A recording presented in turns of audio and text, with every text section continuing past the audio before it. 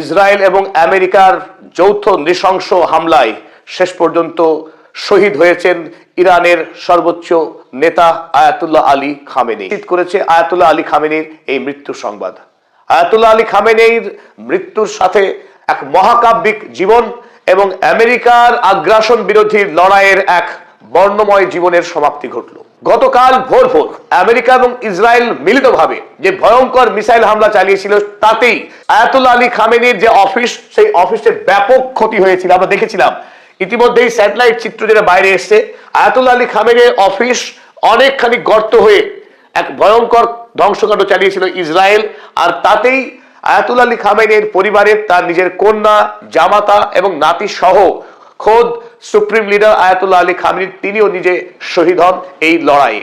Iran আগে থেকেই জানতো যে আমেরিকা এবং ইসরায়েল তাদের মূল লক্ষ্যই হচ্ছে আয়াতুল্লাহ আলী খামেনির শাসন পরিবর্তন করা। কারণ বিগত 36 বছর ধরে আয়াতুল্লাহ আলী খামেনি ইরানের যে ইসলামিক বিপ্লব, সেই বিপ্লবকে বাঁচিয়ে রেখেছিলেন আমেরিকার সর্বপ্রকারের ষড়যন্ত্রকে ব্যর্থ করে দিয়ে।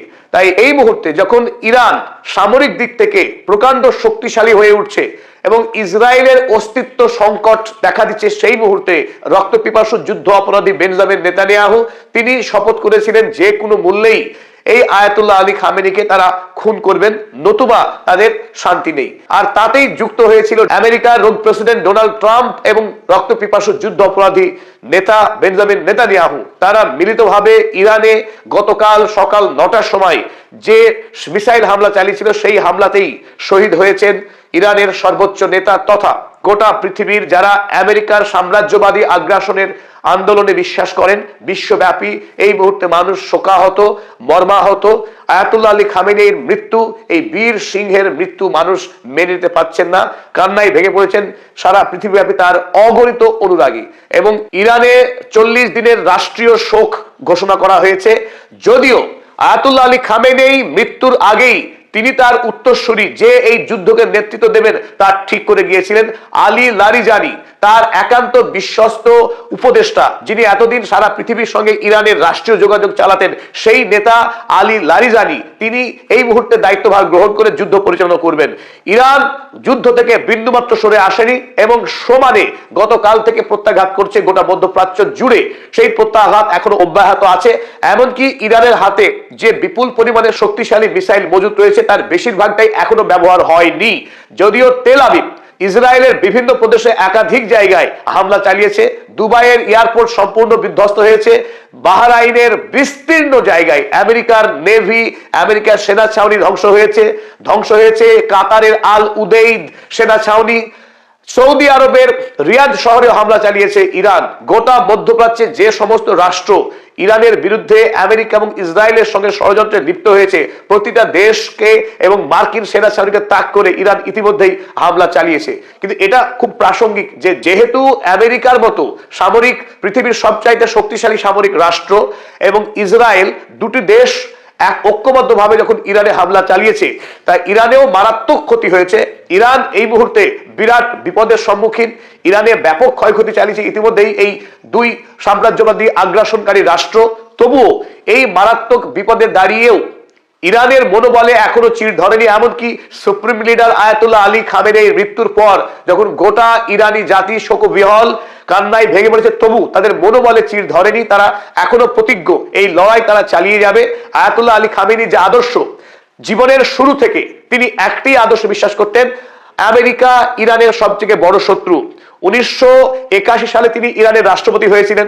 তারপর 1988 সালে আয়াতুল্লাহ রুহুল্লাহ খোমেনির মৃত্যুর পর 1989 সাল তিনি ইরানের সর্বোচ্চ নেতা রূপে নির্বাচিত হন। তারপর 36 বছর ধরে তিনি ইরানের এই ইসলামিক রেভলিউশন, ইরানের ইসলামিক বিপ্লবকে বাঁচিয়ে রেখেছিলেন। তিনি গোটা মধ্যপ্রাচ্যের সেই নেতা যিনি 36 বছর ধরে ইরানকে নেতৃত্ব দিয়েছেন এবং গোটা পৃথিবী ব্যাপী আমেরিকার সাম্রাজ্যবাদী আগ্রাসন বিরোধী যে লড়াই, সেই লড়াইয়ে তিনি মুখ হয়ে থেকেছেন গোটা পৃথিবীতে। যিনি শুরু করেছিলেন যে লড়াই দিয়ে, সেই লড়াই দিয়ে তার জীবন শেষ হলো। আমেরিকার বিরুদ্ধে লড়াই তিনি শেষ করলেন তার জীবন। তাতে ইরানবাসী মনে করেন তিনি সৌভাগ্যবান, কারণ তিনি শহীদ হয়েছেন। ইরানের মানুষ শহীদ হওয়াকে সব থেকে পবিত্র বলে মনে করেন। সেই ক্ষেত্রে আয়াতুল্লাহ আলী খামেনি তিনি 1979 সালে আয়াতুল্লাহ রুহুল্লাহ খোমেনির সঙ্গে পাশে দাঁড়িয়ে লড়াই করেছিলেন। আমেরিকার পুতুল সরকার রেজা পেহলভিকে দেশ থেকে তাড়িয়ে তারপর থেকে এই এতদিন ৪৭ বছর ধরে ইরানকে সুরক্ষিত রেখেছিলেন মার্কিন আগ্রাসনের হাত থেকে। সেই বিপ্লবের ছেদ পড়লো। আয়াতুল্লাহ আলী খামেনি গতকাল শেষ নিঃশ্বাস ত্যাগ করেছেন।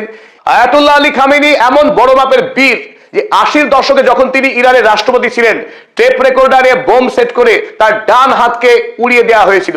তারপরে যখন সাক্ষাৎকার নেওয়া হয় যে আপনি কি এখনো আমেরিকার বিরুদ্ধে লড়াই করবেন, তো তিনি বলেছিলেন আমার এক হাত গিয়েছে, কোনো সমস্যা নেই, আমার যতদিন পর্যন্ত জিহ্বা থাকবে ততদিন পর্যন্ত আমি আমেরিকার বিরুদ্ধে লড়াই চালিয়ে যাব।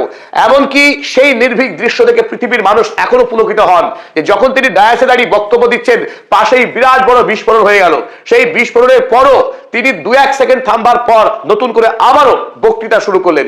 পৃথিবীর ইতিহাসে এত বড় মাপের বীর, এমন সিংহ সাহসী নেতা খুব বিরল। কারণ আমেরিকা যুক্তরাষ্ট্রের ৬ রাষ্ট্রপতি তারা ধারাবাহিকভাবে ক্ষমতায় এসে প্রত্যেকে শপথ নিয়েছে ইরানের রেজিম চেঞ্জ করবে, আয়াতুল্লাহ আলী খামেনিকে তারা খুন করবে। কিন্তু বিগত ৩৬ বছর ধরে আমেরিকা এবং ইসরায়েলের যৌথ ষড়যন্ত্রকে তিনি বারবার ব্যর্থ করেছেন। কিন্তু শেষ পর্যন্ত ২০২৬ সালের ২৮শে ফেব্রুয়ারি শেষ নিঃশ্বাস ত্যাগ করলেন তিনি। আমেরিকা এবং ইসরায়েলের এই হামলায় তিনি খুন হলেন। আমেরিকা এবং ইসরায়েলের যৌথ হামলায় শেষ পর্যন্ত শহীদ হয়ে গেলেন আয়াতুল্লাহ আলী খামেনি।